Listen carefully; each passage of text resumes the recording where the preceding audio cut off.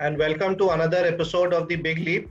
Today we are from the lovely city of Lucknow, and this is our first edition coming from Lucknow. And who better than to start with in Lucknow with Sri Kanhaiya Lal Dikshit sir. Dikshit sir has been an old and a very thorough mutual fund professional in this industry. People who are in UP know him for a very long period of time. Kanhaiya sir अपनी story बताएंगे और वो अपने ही story अपने ज़बान पे बताएंगे, लेकिन मैं थोड़ा सा जो मैं जानता हूँ उनके बारे में बता सकता हूँ कि 1988 में कन्यार गांव, जो कि 36 किलोमीटर दूर है from Banaras, 36 kilometre from out of Banaras, mister Dikshit came from that village to Lucknow on with only a cycle to come and study at Lucknow University. So that is how he started and came to Lucknow. And today, the journey from 1988 till now is that Mr. Dikshit, who had no one to know in Lucknow, today is the hand holder and the advisor and the money manager for almost 300 plus families. So he is one of the oldest ARNs in this business. He started in 1996 in the mutual fund business, and today it's almost 25 years that he has been talking about mutual funds in Lucknow. So thank you Dikshit sir, हमारे साथ जुड़ने के लिए, हमारे साथ ये episode करने के लिए। मेरा एक पर्सनल रिलेशन इसलिए आपके साथ है क्योंकि 2008 में मेरे एसेट ने जब शुरू किया था तब लखनऊ में ब्रांच खोला, किसी कारणों की वजह से हमने ब्रांच बंद किया। 2012 से हमने वापस लखनऊ जाना शुरू किया। 2017 में हमने अपना ब्रांच दोबारा लखनऊ में शुरू किया। लेकिन the great thing about Dikshit sir was from 2012 and 2013, in spite of us not having a presence in Lucknow, he has been one of our biggest supporters from that city. So thank you so much for that. जब बहुत लोग लखनऊ में मेरे asset को जानते पहचानते नहीं थे, दीक्षित सर मैं जानता हूँ कितने लोगों को पकड़ के बोलते थे कि ये देखो ये फंड है, आपको इनके साथ जुड़ना चाहिए। आज उसमें से कितने लोग ऐसे हैं जो दीक्षित सर को बोलते हैं कि आपने बोला इसलिए हमने मेरे के साथ काम करना शुरू किया। तो thank you for that association Dikshit sir. we are really happy to have you on this episode. It is so lovely to have that, to start a Lucknow edition with you. तो मैंने जो स्टोरी आपने मेरे को सुनाया है और मैंने उसके बारे में थोड़ा बताया आज, लेकिन आप बताएंगे तो ज़्यादा हमारे ऑडियंस सुनना चाहेंगे कि आपने ये म्यूचुअल फंड की जर्नी शुरू कैसे करी। थैंक यू सर, आपको मेरा इतना बढ़िया सा परिचय कराया और परिचय दिया सर। तो मैंने पहले शुरू करते हैं 88 के पहले से ही मेरा एक हमारे पिताजी का एक सपना था कि हमारे घर में कोई बिजनेस नहीं किया है, और इसलिए वो हमें पहले से ही कहा कि कॉमर्स पढ़ाएंगे। और जब मैं कक्षा 9 में गया 8 के बाद से, तो उन्होंने मुझे अपने घर से करीब 15 किलोमीटर दूर तक कॉलेज कॉमर्स का, तो 15 साल के एज में 15 किलोमीटर साइकिल चला के जाते थे और साइकिल चला के आते थे।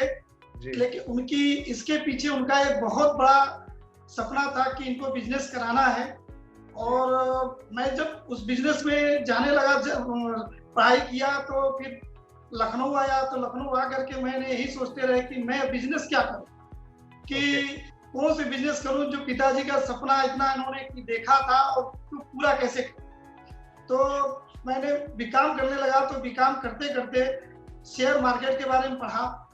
तो उसमें दूरदर्शन पे सेंसेक्स के बारे में देखने लगे, वहां समझने लगा कि अच्छा ये शेयर बाजार है, सेंसेक्स क्या होता है वो पढ़ने लगे थोड़ा सा। फिर किसी दिन बीकॉम करने के बाद मुझे एक मित्र ने ऐसे ही बताया कि एक शेयर मार्केट में जगह खाली है, क्या नौकरी करोगे? तो हमने कहा हाँ बिल्कुल नौकरी करना चाहते हैं, क्योंकि आगे हमारा खर्चा चलेगा नहीं, फाइनेंशियली मेरे पास इतना पैसे भी नहीं है कि मैं पैसे आगे पढ़ सकूं। तो मुझे तो कोई ना कोई जॉब करना है, और ये तो मेरा पूरा वो है कि मैं शेयर मार्केट से जुड़ूं, क्योंकि शेयर के बारे में मेरे कोई पीछे कोई जानता नहीं था, नाम भी नहीं जानता था कि ये शेयर क्या होता है और म्यूचुअल क्या होता है। तब तो म्यूचुअल फंड भी तो बाद में आया, लेकिन शेयर के बारे में कोई नहीं जानता था, नाम भी नहीं सुना था, हम भी नहीं जानते थे। तो एक ऑफिस में फिर मैंने पार्ट टाइम पे जॉब शुरू किया वहाँ पे, और जॉब करने के बाद मैं पार्ट टाइम करते थे। उसके बाद उन्होंने थोड़ी 95 की बात है कि उन्होंने अपनी बिजनेस को बंद करना चाह रहे थे। अच्छा। तो उन्होंने बंद किया, तो उस समय मुझे लगा कि अब तो इन्होंने बंद कर दिया, अब मैं कहाँ जाऊँ। तो मैंने उस समय एक साइकिल 150 रुपए की खरीदा, और फिर मैं फॉर्म लिया पब्लिक इशू का, और लेकर के मैं सड़क पे लगाने लगे, जाने लगे और वहाँ बेचने लगे। तो उससे क्या हुआ कि न्यू पब्लिक इशू आता था, उसमें काम करने लगे। वहीं से मैंने इक्का दुक्का, क्योंकि लखनऊ मेरे लिए अननोन था, कोई एक भी मेरे रिलेशन का कोई भी नहीं था, न कोई जानने वाला था, और मैं किसी के पास इतना उसमें ये भी नहीं था कि मैं एक भी दोस्त मेरे नहीं थे यहाँ पे, कोई नहीं जान पहचान का था। तो वहीं से सड़क से कोई आदमी, एक आदमी मिले, और वहां से एक के थ्रू गया। तो उनको जब मैंने बिजनेस उनके साथ किया तो उन्होंने दूसरे से परिचय कराया, फिर तीसरे से परिचय कराया।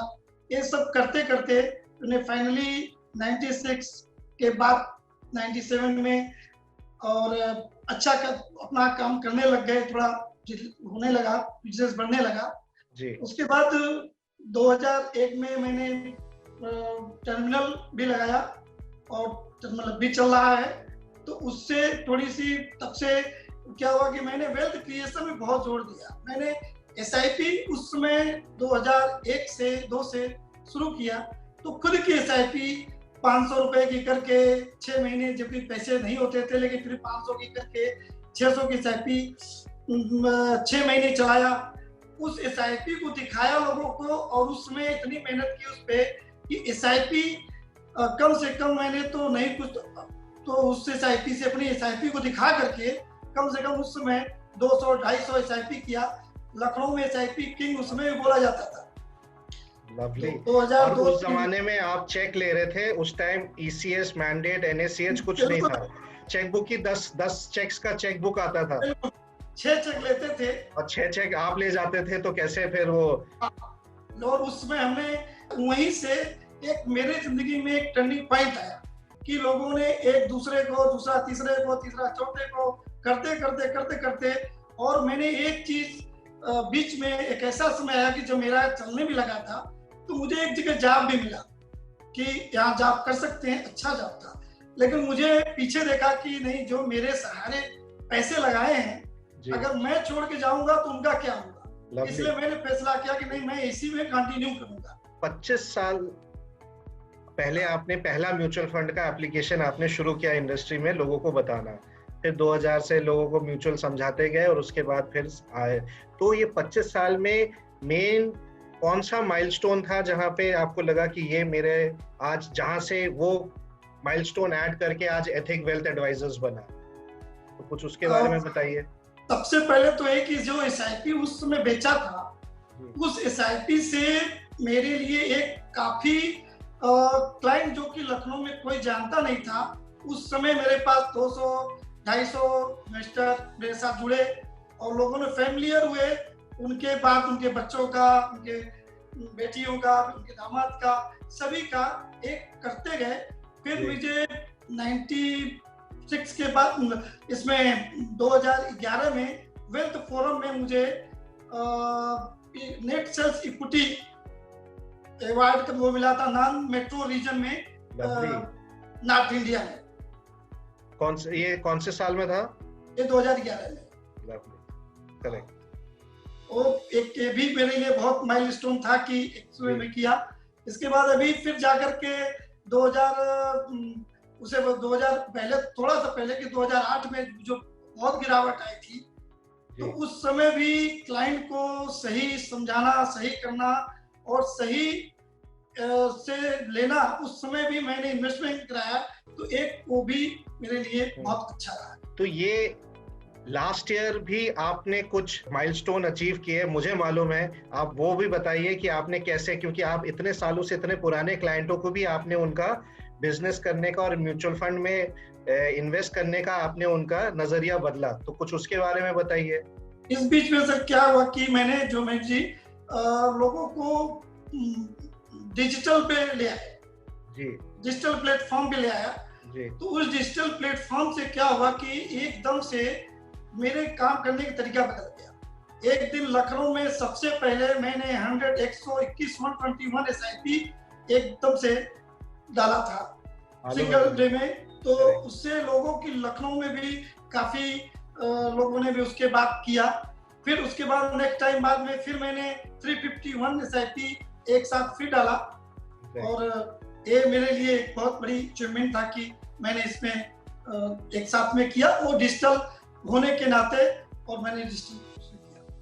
लवली। मुझे याद था, मैंने कहा ये एक बहुत बड़ा अचीवमेंट था आपके लिए। मेरे आपकी इसके बारे में बात हुई थी जब आपने ये अचीव किया था कि इतने पुराने क्लाइंट्स को आपने एक साल के अंदर उनका भी आपने समझा के उनको इन्वेस्ट करने का आपने उनका रुख बदला, उनकी नजरिया बदला कि आप इस तरीके से करेंगे, दोनों के लिए फायदा होता है। तो लवली सर, 25 साल से अगर जब आप बिजनेस पे है, आपने कितना सारा कानून और कितना कुछ आपने देखा चेंज होते हुए, रेगुलेशंस पे आपने टाइम स्टैंपिंग के पहले का जमाना देखा, फिजिकल चेक लेना शुरू किया, फिर टाइम स्टैंपिंग आया, फिर एंट्री लोड हटा, इतने सारी चेंजेस हुई, लेकिन आपने क्या देखा कि इस दौरान आपके प्रोफेशन में क्या इम्पैक्ट आया, क्या आगे के लिए आप क्या देखते हैं रेगुलेशंस को लेकर? देखिए, जो भी चेंज होता है वो एक अच्छे के लिए ही होता है। 2008 में हर एक एप्लीकेशन के साथ पैन लगाओ, पैन लो, ये सब करो, तो जो चेंज हुआ केवाईसी का, उससे एक बार तो हम लोग मेहनत करना पड़ा, उसमें टाइम लगा, लेकिन वो हमारे बिजनेस को फिर आगे बढ़ने के लिए काफी अच्छा रहा। तो जो भी नियम ये सब बदलाव हो रहे हैं, उस बदलाव से हो सकता है हमें थोड़ी दिक्कत हुई हो, लेकिन वो दिक्कत आगे चल के बहुत सुगम हो जाता है, बहुत अच्छा हो जाता है, और हमें बहुत सारे अवसर मिलने लगते हैं। और मेन सबसे अच्छा क्या होता है कि देखिए, पैसा लगाता है, इन्वेस्टर है, पैसा लगा तो सबसे पहला इन्वेस्टर को रिटर्न मिलना चाहिए, और जो सुधार होता है इन्वेस्टर को देख करके उसके हित में होता है। तो जब उसका जहां हित है वहीं पे मेरा भी हित है, और वहीं पे एमसी की भी हित ही है। बिल्कुल। तो सर, जब आप इतने सालों से क्लाइंट के साथ जुड़े हुए हैं, तो आपको क्या लगता है कि कौन से वो 2 या 3 इम्पोर्टेंट पॉइंट होते हैं जो कि वेल्थ क्रिएशन के लिए बहुत जरूरी है, जिसके लिए क्लाइंट बना रहता है, और बना रहता है तभी उसका वेल्थ क्रिएट होता है और पैसा आप मैनेज करते हैं उनके लिए? तो क्या वो चीजें आपको लगता है इम्पोर्टेंट है? देखिए सर, मार्केट में एक समय भय बहुत तेज होती है, जैसे आज के समय में एकदम से भय हुई, उसको भय को निकालना ये सबसे बड़ी चीज है कि अगर जो पैसा 23 मार्च को निकाल लिया और वो आज तक पैसा फिर तो कभी वो बना नहीं पाएगा। तो उस 23 मार्च के एपिसोड में ऐसा था कि सबके सब डिले हो गए थे, तो उस समय जो रोक लिया, ये सबसे बड़ी चीज यही होती है कि जो उस समय समझा लेना, इन्वेस्टर की जैसे इसमें काल दुआई, उनसे बात करना, उनको समझाना, ये सबसे बड़ी चीज है कि इन्वेस्टर क्या होता है कि इतनी दूरों से जुड़ा हुआ है, तो उस बात को, मेरी बात को मानता है, और उस बात के नाते तो उसका रिटर्न भी एक मेरे लिए एक अच्छा है कि वो बात को माना, तो उससे फायदा। लवली। तो सर दीक्षित सर, आप स्कीम सिलेक्ट करते हो, आपने जैसे हमारा फंड हाउस सिलेक्ट किया जब हमारा सेटअप नहीं था, लोग जानते नहीं थे, तो आप नॉर्मल में आपका क्या प्रोसेस रहता है जब आप किसी स्कीम की तरफ देखते हो या फिर उस सोल्यूशन की तरफ देखते हो, कैसे उसको इवैल्यूएट करते हो? तो जब मैं किसी फंड को बेचता हूँ तो पहले उसमें थोड़ा अपने परिवार का अपना पैसा लगा करके उसको नियमित रूप से चेक करते रहते हैं, फंड कैसा चल रहा, फंड मैनेजर क्या कर रहा है इसमें, और किस तरह से इसकी परफॉर्मेंस आ रही है। तो उससे क्या होता है कि जब मैं अपना पैसा लगा करके और पूरी तरह से आश्वस्त हो जाता हूं, तो उसके साथ मेरा आत्मविश्वास बढ़ जाता है। तो उसमें किसी फंड को उसको मैं आत्मबल के साथ बेच सकते हैं। तो फंड को देखने का तरीका, पहले अपना इन्वेस्टमेंट करना, फिर उसको ट्रैक करना, फिर इन्वेस्टर को देना, पहले अपना investment. Very good, I totally agree with you. तो मेरा आखिरी सवाल ये है सर, बहुत सारे लोग आज इस प्रोफेशन से जुड़ना चाहते हैं या जानना चाहते हैं कि ये क्या है। आपने इतने सालों से इस प्रोफेशन में है, आपसे कोई अगर आके पूछे इस प्रोफेशन के बारे में, तो आप उसको क्या सलाह देंगे और क्या देखने के लिए बोलेंगे? सर, मैंने बहुत से लोगों को अभी इंडस्ट्री में यहाँ भी काफी लोग हैं जी। जिनको मैं उनको बताता हूँ कि आप जुड़िए, इस बिजनेस से जुड़िए, अच्छा है। अभी मैंने खुद भी कई डिजिटल पे अपने जो कर रहे हैं, कई लोग को मोटिवेट करते रहते हैं कि आप किसी न किसी प्लेटफॉर्म से जरूर जुड़िए। और एक प्लेटफॉर्म से जुड़ने का फायदा ये होता है कि आज मैंने इस लॉकडाउन में जिसका भी इन्वेस्टर का पैसा जहां लगाना था, जब रेट पे लेना था, बिना कोई झिझक के तुरंत का तुरंत परचेज करके उसको पैसा दिलवाया भी, जरूरत थी तो, और इन्वेस्ट भी करवाया। तो हम यही कहेंगे कि आप डिजिटल जरूर होइए, किसी प्लेटफॉर्म से जुड़िए, एक प्लेटफॉर्म अपने लिए जरूर चुनिए और जिसके साथ जुड़ के काम करें। Lovely. So thank you so much Dikshit sir. It was as always it is lovely talking to you. और बहुत सारे कुछ प्रोत्साहन भी मिलता है और बहुत सारी चीजें सीखने को मिलती है। भय को कंट्रोल करना मैंने आज सीखा आपसे कि पहले बिजनेस करने से पहले आपको भय कंट्रोल करना आना चाहिए इन्वेस्टर का। So thank you so much, thank you for your association with us. बड़े सालों से आपके पास आ रहे हैं, आपके साथ सीख रहे हैं, आपके साथ काम कर रहे हैं। It has been a pleasure and an honor to work with you. And thank you viewers for seeing another episode, a lovely story of coming from a village and then starting up, and today being the bedrock and for being of stability and for advice for 300 families in Lucknow. So thank you Dikshit sir. Thank you sir. Thank you. Thank you. Thank you.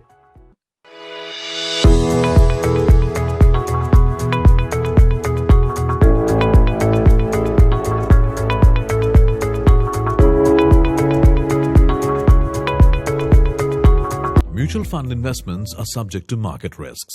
Read all scheme-related documents carefully.